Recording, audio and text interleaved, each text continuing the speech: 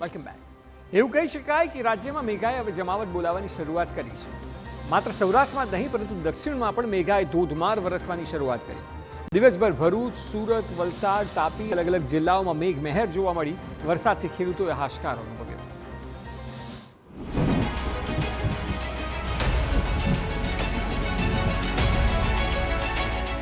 દક્ષિણમાં મેઘાની જમાવટ.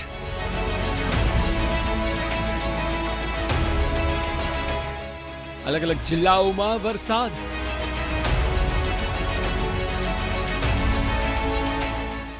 આવરે વરસાદ.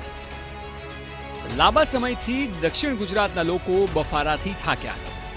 બધાને હતું કે આખરે આ વરસાદ ક્યારે આવશે. મેઘો પણ જાણે રાહ જોવડાવ્યા બાદ મન મૂકીને વરસવા માંગતો હોય તેમ અલગ અલગ જિલ્લાઓમાં એક સાથે વરસ્યો. આપ જુઓ, ભરૂચ હોય, સુરત, તાપી કે પછી વલસાડ, તમામ જગ્યાએ એક ધારો દિવસ દરમિયાન વરસાદ જોવા મળ્યો અને આ જિલ્લાઓમાં ઠંડક પ્રસરી ગઈ. જિલ્લાઓ અલગ અલગ છે પરંતુ દ્રશ્યો એક સમાન જોવા મળી રહ્યા છે.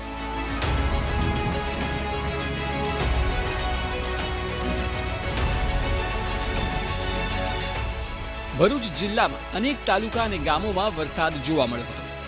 સાર્વત્રિક વરસાદને લીધે 3 તાલુકાઓ એવા હતા કે જ્યાં 1 ઇંચ જેટલો વરસાદ વરસ્યો. તો વળી 9 તાલુકાઓમાં ભારે પવન સાથે વરસાદ જોવા મળ્યો હતો. તો વળી અંકલેશ્વરમાં ગાજવીજ સાથે વરસાદ જોવા મળ્યો અને વીજળીના કડાકા ભડાકા સાથે મેઘાએ જમાવટ કરી હતી. આમ તો રવિવારે સાંજથી જ વરસાદી ઝાપટા જોવા મળ્યા હતા. અહીં અસહ્ય ઉકળાટ બાદ આવેલા વરસાદને લીધે લોકોએ રાહતનો શ્વાસ લીધો હતો. આ તરફ સુરત શહેર કેમ બાકી રહે? સુરત શહેરમાં પણ એકાએક વાતાવરણમાં પલટો આવ્યો. અહીંના અડાજણ, અઠવા ગેટ આ સહિતના વિસ્તારોમાં વરસાદ જોવા મળ્યો હતો. પહેલા તો ભારે પવન આવ્યો અને બાદમાં કાળા ડિબાંગ વાદળો વચ્ચે વરસાદ શરૂ થઈ ગયો. છેલ્લા ઘણા સમયથી સુરતના લોકો બફારાથી ત્રસ્ત હતા અને એટલે આ વરસાદ આવતા વાતાવરણમાં ઠંડક પ્રસરી અને લોકોને મહદઅંશે રાહત અનુભવાઈ હતી. આ તરફ તાપી જિલ્લામાં પણ ધોધમાર વરસાદ જોવા મળ્યો હતો. ખાસ કરીને જિલ્લાના વ્યારા, વાલોડ આ સહિતના ગ્રામ્ય વિસ્તારોમાં વરસાદ વરસ્યો હતો. પવન સાથે વરસાદથી વાતાવરણમાં એક રીતે ઠંડક પ્રસરી ગઈ. છેલ્લા ઘણા સમયથી તાપીના લોકો પણ વરસાદની રાહ જોઈને બેઠા હતા. સવારથી સારો વરસાદ થતા વાતાવરણમાં ટાઢક જોવા મળી હતી. તો વળી વલસાડ જિલ્લાના દ્રશ્યો પણ આપ જુઓ.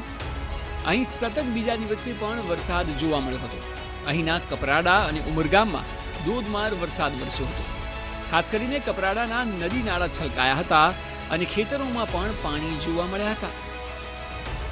એટલે ભલે આમ જોઈએ તો જિલ્લાઓ અલગ અલગ છે પરંતુ બધી જ જગ્યાએ મેઘરાજાએ અચાનક દસ્તક દેતા જિલ્લામાં રહેતા તમામ લોકોએ મોટી રાહત અનુભવી છે.